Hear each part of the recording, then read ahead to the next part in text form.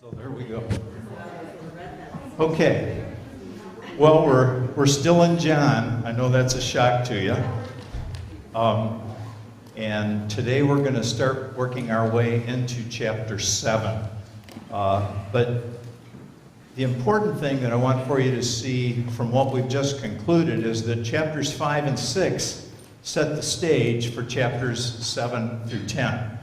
And now that we've concluded chapters 5 and 6, we need to see where we're at in order to see where we're headed in chapters 7 through 10. So just as a brief review of what we saw in chapters 5 and 6, there were some differences between these chapters, but there are also some similarities. The biggest difference is the location. Chapter 5 took place exclusively in Jerusalem. Chapter 6 took place up in Galilee. In Jerusalem, you'll recall the event was that a lame man was healed, where up in Galilee there were 5,000 who were fed, and then Jesus walked on the water and calmed the storm. But notice also that another difference between the two chapters was the target audience. In Jerusalem, the target audience was this group that John refers to over and over again as the Jews. And what he's talking about there are the Jewish authorities, the religious aristocracy, the religious leadership, those who were in charge, those who had religious authority. Whereas in Galilee, the people that were being targeted and were being challenged by Jesus were those whose faith was not yet mature. They were capable of doubt, all right? And that was the audience that he was working with in Galilee. But there also, in spite of those differences, there were some great similarities between chapters 5 and 6. Both chapters began with a miracle or a couple of miracles, followed by Jesus' teaching and his instruction, and then we see the reaction of those who were present. And both chapters follow that type of a format. And then the other thing we want to observe about the format of these two chapters is that when Jesus teaches, he's teaching something that's directly related to the miracle that he has just performed. So, for example, in chapter 5, when he heals a lame man in the temple, immediately there, not in the temple, but in the near the pool, when he heals that lame man, then he begins to speak about the special power he has been given by the Father, and he speaks in detail about his relationship with his Father. In chapter 6, when Jesus feeds 5,000 men, then women and children on top of that, with bread, then he goes on to talk about the fact that he is the bread of life. And so the nature of the miracle becomes the focus of Jesus' teaching in both cases. But the other similarity, and this is the one that leaves us in chapter 5 and 6 ready for chapter 7 through 10, is the outcome. And the outcome is similar but different. The outcome in chapter 5, the Jews are now openly hostile to Jesus. And they are looking for ways to kill him. And if you want a verse on that, take a look at chapter 5, verse 18. But then if we take a look at chapter 6, we see Jesus as, again dealing with those whose faith was superficial and marginal. And Jesus was proving that he is totally different from the Messiah that they expected. And so their expectations were being thrown all over the place. And not only their expectations, but their desires. What they wanted from their Messiah, most of all, was freedom from Rome. And they wanted to throw off the oppression of the Roman government. And so Jesus seems to have no interest in that. And so that's challenging these Jews because of their preconceived notions of who he was and what he would do and what their Messiah would perform for them. And so Jesus was proving to be utterly different, and they were, in many cases, unable to put aside their preconceived notions and ideas of what he would and should be like. And so according to chapter 6 and verse 66, it says, many then stopped following and turned back and no longer followed Jesus. And so their doubt got the best of them. but it was because they were dealing with these preconceived ideas and notions. And so now, so now we move into chapter 10. Chapters 7 through 10. And in 7 through 10, what we're going to see is we're going to see several different scenarios occurring. But in all of these, the tension between Jesus and his opposition is growing and increasing.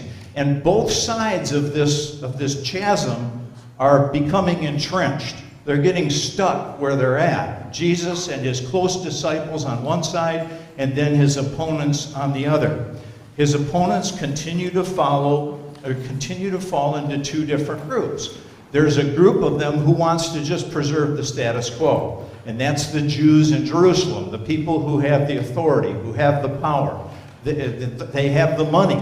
And these are the people who want things just to stay like they are. They see Jesus as somebody just trying to change everything, and most of all trying to take their authority away from them.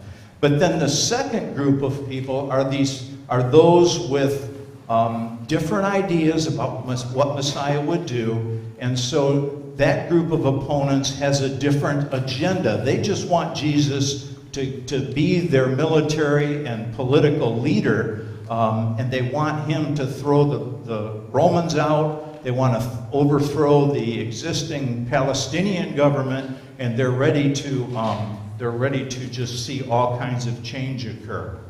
Okay, so another thing we want to see as we move into chapters 7 through 10 is that now the location becomes fixed, almost for the entire rest of the book. We will only leave Jerusalem briefly in chapter 10. At the very tail end of chapter 10, verses 40 through 42, we will see that Jesus went back out into the wilderness where John had been baptizing. But aside from that now, we will be stuck in Jerusalem the whole rest of the time.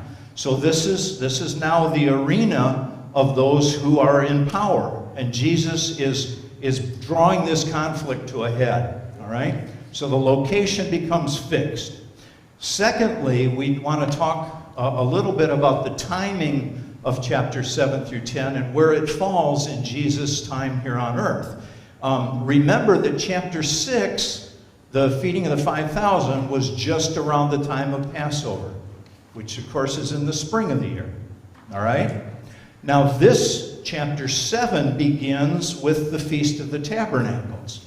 Feast of Tabernacles is in the fall. That's right. The Feast of Tabernacles is in the fall. So this is about 6 months after chapter 6 took place. But then coming before long will be the next Passover, and the next Passover will be Jesus' last Passover on earth. And so where we're at here is at the midpoint between these two Passover events. And Jesus is now, starting in chapter 7, with the coming of the Feast of the Tabernacles, Jesus is now up to the point where he's 6 months away from finishing his ministry here on earth. So we're getting to the tail end of this, and as we said when we started the whole book of John, we said John focuses almost exclusively on the last year of Jesus' life, and a lot of it is the last week of Jesus' life. But that's where we are now, and it's kind of like we're looking at this short period of time with a magnifying glass so that we can see it in a lot of detail.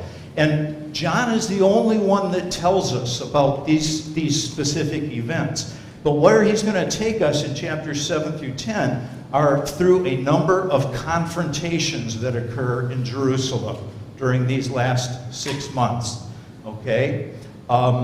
We also have one other point of dating that we can use in this text, and that's in chapter 10, verse 22, where John records that this was the time of the Feast of Dedication. The Feast of Dedication is another name that's code for Hanukkah. And so that's a winter holiday. So 1022 occurs December, January-ish, and then by the time we get to chapter 11, we are into the spring of Jesus' final Passover. So this is all happening. It's kind of like a crescendo that's been building up. And now we're kind of getting to that point. where we will see the climax actually beginning to take shape. Okay, so I think that's all that I wanted to say as an introduction. Let's turn now to chapter 7, and we'll take a look at Jesus as he begins to teach at the Feast of Tabernacles. Now, there is, I think I put this on here, yeah, there is a little bit of an outline that's available for you. Verses 1 through 13 are the people that are anticipating Jesus' arrival in Jerusalem for the feast, and we'll read about that and study about that today. In verses 14 through 36, Jesus arrives at the feast and begins to teach, but then in verses 37 through 52, we see the final day of the feast, and then we see the people reacting to Jesus, and specifically we see the powerful people reacting to Jesus. Okay, so let's read chapter 7, verses 1 through 13. And as we're going through this, I want you to think of two things. One is, think about the severity of Jesus' situation. And I want you to look for that in this text, but also take a look at how alone Jesus seems as he's going through these things. Chapter 7, verse 1. After this, and of course he's talking about after those from chapter 6 had begun to desert him, Jesus went around in Galilee, purposefully staying away from Judea because the Jews there were waiting to take his life. But when the Jewish Feast of Tabernacles was near, Jesus' brothers said to him, "You ought to leave here and go to Judea, so that your disciples may see the miracles you do. No one who wants to become a public figure acts in secret. Since you are doing these things, show yourself to the world." For even his own brothers did not believe in him. And therefore Jesus told them, "The right time for me has not yet come. For you, any time is right. The world cannot hate you, but it hates me because I testify that what it does is evil. You go to the feast. I am not yet going up to this feast, because for me the right time has not yet come." And having said this, he stayed in Galilee. But however, after his brothers had left for the feast, he went also, not publicly, but in secret. Now at the feast, the Jews were watching for him and asking, "Where is that man?" Among the crowds, there was widespread whispering about him. Some said, "He's a good man," and others replied, "No, he deceives the people." But no one would say anything publicly about him for fear of the Jews. Okay? So verse 1 reminds us of the severity of Jesus' situation. And we can't help but see the difference between Judea and Galilee. In Judea, people are literally waiting there to plan and take his life. John has told us about this plot that's been hatching for some time now. And then in Galilee, his popularity has waned, but he does not have the same degree of opposition and severe hatred that is felt for him in Jerusalem, at least not yet. And so as we approach it and we move into chapter 7, we can see that if Jesus makes one wrong move, he dies prematurely, okay, before the timing that has been established. So, and of course Jesus never makes a wrong move, does he? But that's how dire the situation is for Jesus. Verse 2 introduces the season to us, and it's the Feast of Tabernacles, or the feast, if you read the King James, it's the Feast of Booths. I always wondered what a phone booth was doing in the Bible when I was a little kid. I thought, what was he talking about phone booths for? But yeah, it was the Feast of Booths, or the Feast of Tabernacles. And that was coming. Now, what was the focus of the Feast of Tabernacles? That's a question. We don't study this one much, do we? It's a holiday today, I think. It is. It's still celebrated, yes. If I can remember when we lived in the suburbs of Detroit, of course that's been quite a while ago now, but when we lived in the suburbs of Detroit, out in Oak Park, there's a large Jewish population, and you will see them living in tents in the fall. You'll see many of the Jews, particularly the Orthodox, doing that. Craig, what you got? Since here, the greatest feast, the great feast in the Jewish year celebrated the Feast of Harvest and commemorating God's goodness to people during the desert wanderings. Good. Yeah, that pretty well sums it up as far as what the focus of this was intended to be. Originally, the Feast of Tabernacles was to remind the people of how God had sustained them in their leaving Exodus and then wandering through the wilderness for 40 years. And they lived in tents. But God also dwelled in a tabernacle at that time, and he lived with the people of Israel. In his presence with the people of Israel was celebrated by the tabernacle that they had constructed according to the instructions that he gave them up on Mount Sinai. So tabernacling was all about living together. And so the Feast of Tabernacles was to remind the Jews of the experience historically that they had had with their Father providing for them in the wilderness. But in addition, because it's a fall holiday, it's also a celebration of harvest and the way that God brings about what his people need. And so those two things sort of morph together, and they become a celebration of God's care for his people and the way he provides for his people. Oops, I got a little bit behind. Exodus and wilderness, harvest, and then God's provision for his people. But later on, another theme emerged with regards to the tabernacle feast, and this is that it became linked to God providing water for his people. And this happened after the prophets began to write.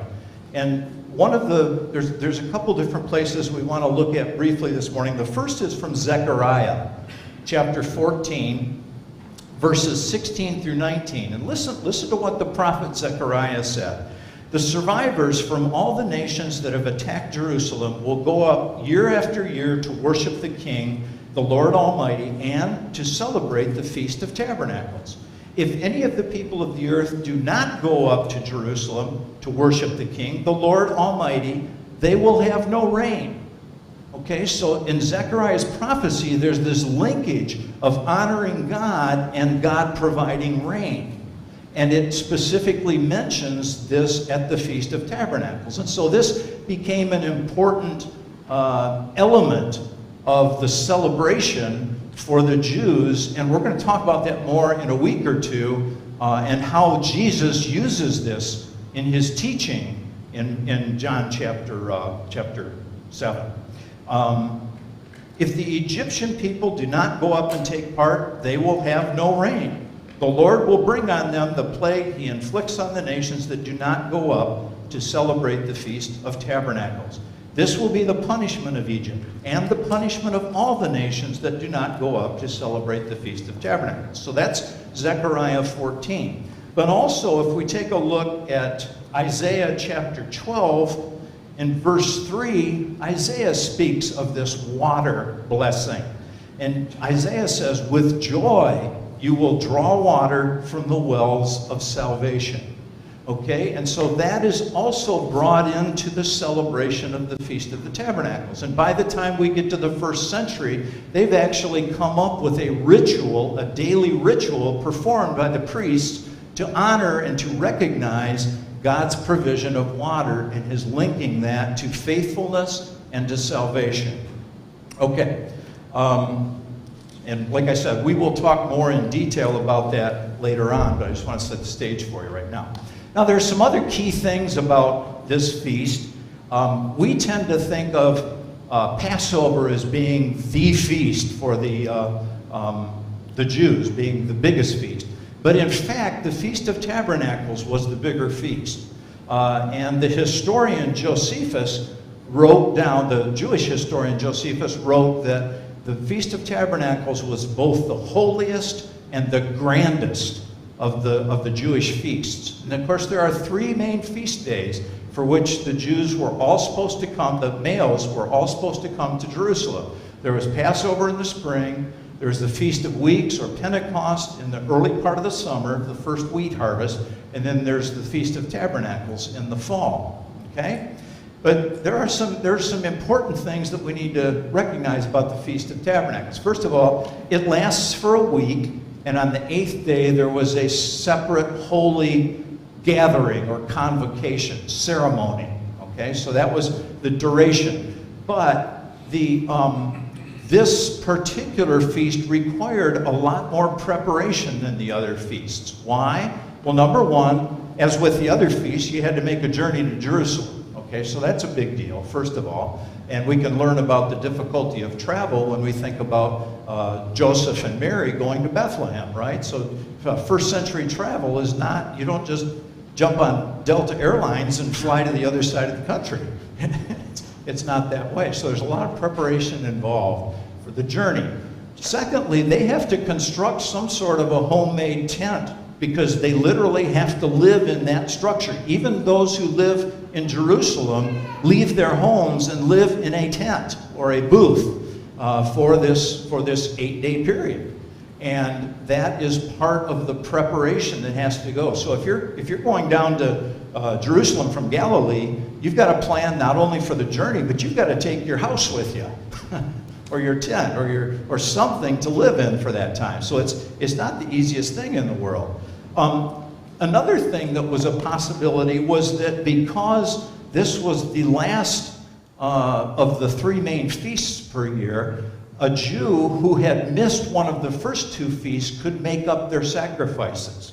So what that did is got the attendance up, okay? Because now they could maybe intentionally skip the Passover in the spring or the Pentecost in the early summer, as long as they made it to, it's kind of like just getting your taxes done by April 15th. There's a deadline. The deadline for the Jews is the Feast of Tabernacles. That's the point where, according to the way that Jewish law had evolved by this time, you needed to finish paying your sacrifices and making your sacrifices by the time.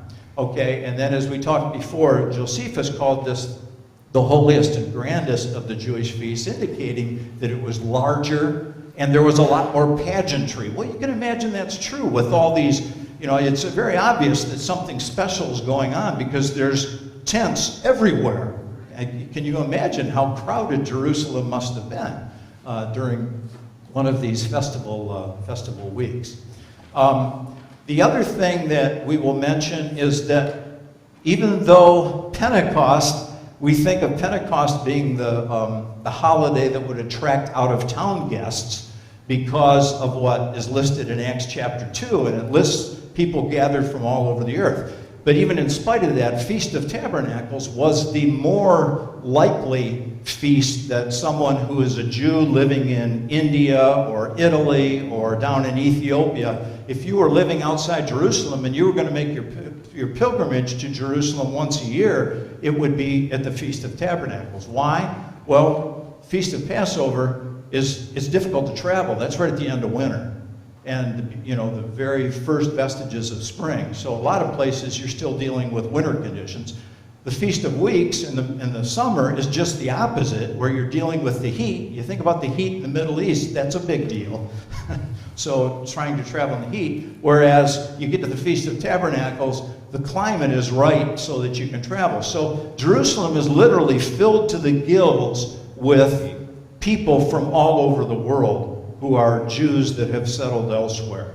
And this creates then a specific backdrop for what happens to Jesus in Jerusalem at this particular time.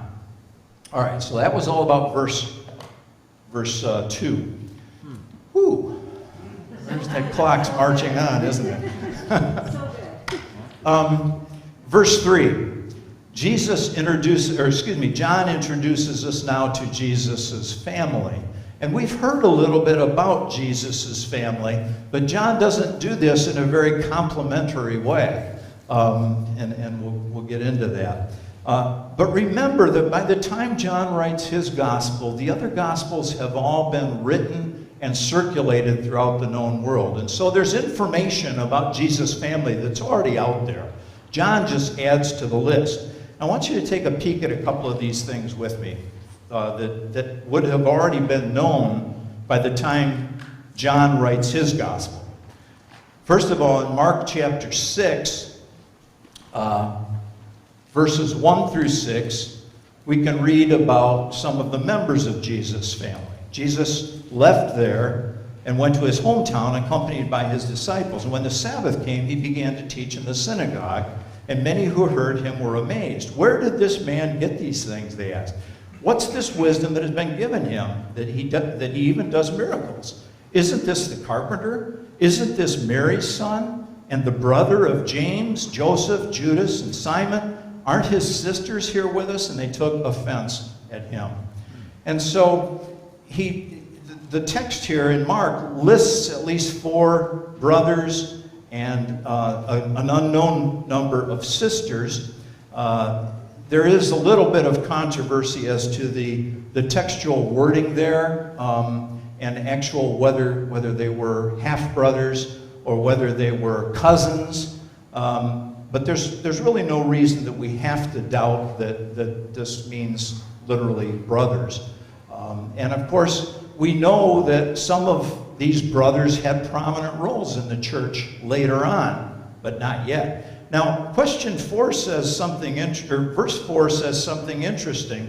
Jesus said to them, he responds to those people, and particularly to his family, only in his hometown, among his relatives, and in his own house is a prophet without honor. Why is that true?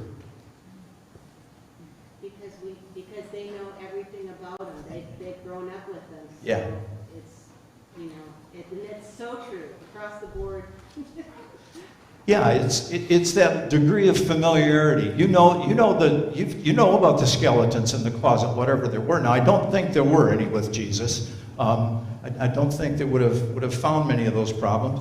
But Jesus' life, Jesus' history had some peculiar twists to it.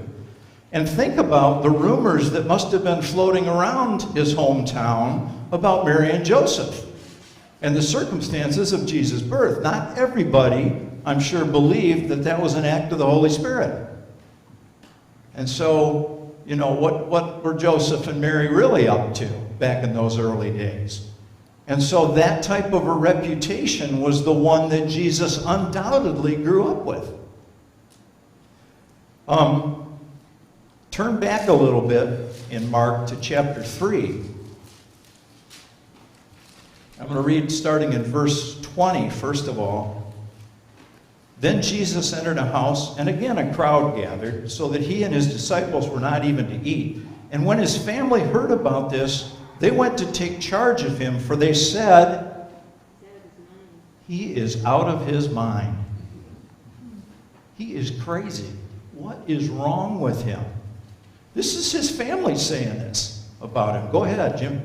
Well, see, I think it's just like a fundamental point, because I doubt, and I could be wrong, but I doubt there were very many other 12-year-olds that were running away from home to go reason about the scripture. So they should have seen it and they should have known, but it is what it is. It's human nature, though, to doubt and to question and to think, well, I'm just as good as he is. So, this stuff, it can't be true. It cannot be true. But of course it was. Then you read on down in this same chapter, in Mark chapter 3, verse 31. Then Jesus' mother and brothers arrived. Standing outside, they sent someone in to call him. A crowd was sitting around him. They told him, your mother and brothers are outside looking for you. And Jesus says, who are my mother and my brothers? Here are my mother and my brothers, he said, as he looks around to those who are gathered with him. Whoever does God's will is my sister, is my brother and my sister and my mother. And so Jesus even pushes his family a little bit in this incident, doesn't he? So, the important thing Jesus says is what you believe about me, not our genetics. What's important here is about what you believe about me. And so even Jesus' family struggled with this thing. But by the time John writes his gospel, we now know that at least James, his half-brother, and Judas, his half-brother, this is not Judas Iscariot, but his brother Jude, both had written books of the Bible. James was a leader in the church in the first century at Jerusalem. When reports would come back from the work in the Gentile areas, James was always kept aware of what was going on. James had a special audience with Jesus the day of his resurrection that we don't know anything about other than they had that special meeting. And, you know, you kind of wonder at what point did the switch flip for his family. And I kind of think that may have been it. That may have been what flipped the switch for at least James. But this is the scenario that these brothers face. And now we come back to chapter 7 of John, and we read about, in verses 3 through 5, this new information that John shares about Jesus' siblings. Starting at verse 3, Jesus' brothers said to him, "You ought to leave here and go to Judea so that your disciples may see the miracles you do. No one who wants to become a public figure acts in secret. Since you're doing these things, show yourself to the world." For even his own brothers did not believe in him. And so they encouraged Jesus to go to Judea. Why do they want him to go to Judea?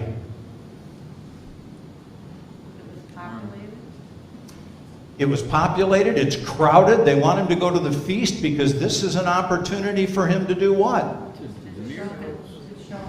To get his stuff out there. Yeah, this is your opportunity, Jesus. If you're looking for a crowd, if you're looking to influence people, why have you been hiding in the shadows so far? And this is something that those who are with Jesus are wondering. Why does he seem to be, holding back? What's going on with him? He's attracting people by his miracles, but nonetheless, he's missing some opportunities. Remember, they wanted to anoint him king, and what did Jesus do? He took off and went into the mountains, to the hills to pray. Yep. He escaped from that situation. And so what's going on here is his earthly family is showing that they're not too different from where everybody else is at this point. And they're having their series of doubts as well. And John even comes out and says in verse 5, even his own brothers did not believe him. They were having some of the same doubts. We could talk at length about some of the special challenges that Jesus must have faced, that his family must have faced in coming to faith about him. But just imagine that you're the younger sibling of Jesus Christ. You talk about the overachieving oldest firstborn son, that's him. And can you imagine attending synagogue, school, after him? It's one thing to have an older brother or sister that you followed through middle school and high school, but what about going to synagogue after Jesus was there? You don't have a chance. and it's going to really be a mess. So Jesus responds to his brothers in verses 6 through 9. I have gotten way behind here again. I have a way of doing that, don't I? That'll be good. Okay, so we're down in verses 6 through 9. Jesus responds to his brothers, and Jesus told them, the right time for me has not yet come. For you, any time is right. The world can't hate you, but it hates me because I testify that what it does is evil. You go to the feast. I'm not yet going to the feast because for me, the right time has not yet come. And having said this, he stayed in Galilee. The brothers' point of view is they don't understand the degree of hatred that Jesus is facing. They don't understand what it is to have your movements watched and for people to be looking to kill you. And that's why Jesus says, for you, any time was okay. You could go to this feast whenever you want. It's not an issue. But for me, the timing is important here. And there's a timing that will work. There's a timing that's right. The time is not right, not yet. So Jesus is seeking the right time, and the right time in Jesus' mind is always whatever is fulfilling the will of his Father. It's whatever he could do to accomplish God's will the best. And Jesus was hated because he was calling the world out as being evil. Okay? And that's obviously true. In verse 8, there's a text note that we have to pay attention to, and that is that the word yet may be a later insertion. It looks like that was in the oldest manuscripts, that word was not there. And it may be that some author later on who was passing the gospel down added that in order to avoid what looks like a contradiction. Because it looks like Jesus says, I'm not going, and then he turns around and goes, right? And so somebody just said, well, we'll change that. We'll put the word yet in there. But it in all intellectual scrutiny, it looks like that was not originally part of the text. Okay? But nonetheless, it doesn't change the reality that when Jesus went to Jerusalem, he went on his terms. He didn't go as his brothers wanted him to go. His brothers wanted him to go and be a show. They wanted him just to do miracles. Well, interestingly, when Jesus shows up at the feast, he doesn't do any miracles. He teaches in this occasion. He refers back to when he healed the lame man 6 months earlier, but he doesn't do any actual miracles on this particular voyage. And so he's going on his terms, not his brother's terms. Okay. And then what we see as we conclude this morning and we look at verses 11 through 13, we see those who are anticipating Jesus' arrival. And there's descriptions about them. First of all, we see John recording the Jews who are waiting for him. We see them both in verse 11 and verse 13. Verse 11 says that they're watching for him, which we already knew about. But then in verse 13, it tells us that because those authorities were waiting for him, everybody else is a little afraid to talk because they can get in trouble too. And so they can see the danger that Jesus is facing. But in addition to those that John refers to as the Jews over and over again, there are some amongst the crowds, and there are two predominant viewpoints amongst the crowds. The first group of people is saying, he's a good man, okay? And they're just whispering, though. They're keeping it hush. They can't get too public, or they'll get in trouble with the Jews also. And then the other group in the crowds is saying, no, he's a deceiver. And it's interesting that John records this word, that he deceives the people. Because who else is known as the great deceiver? Satan. And Jesus in chapter 8 will call Satan a liar and the father of lies. And so John is setting us up for this. And what these people are doing is they're labeling Jesus with the same terminology that Jesus will use for Satan. That's how deep the division is between the two sides. Okay? And what they are calling Jesus is what Jesus will call Satan in the next chapter. So, this is the beginning of the Feast of Tabernacles. We'll move further into it next week. But you can see that the tension is just increasing as we await Jesus' arrival on the scene, and then he will begin to teach in the temple. Okay, that covers today's lesson. Thank you so much. We will we'll pick up next week and move on in chapter 7. God is good.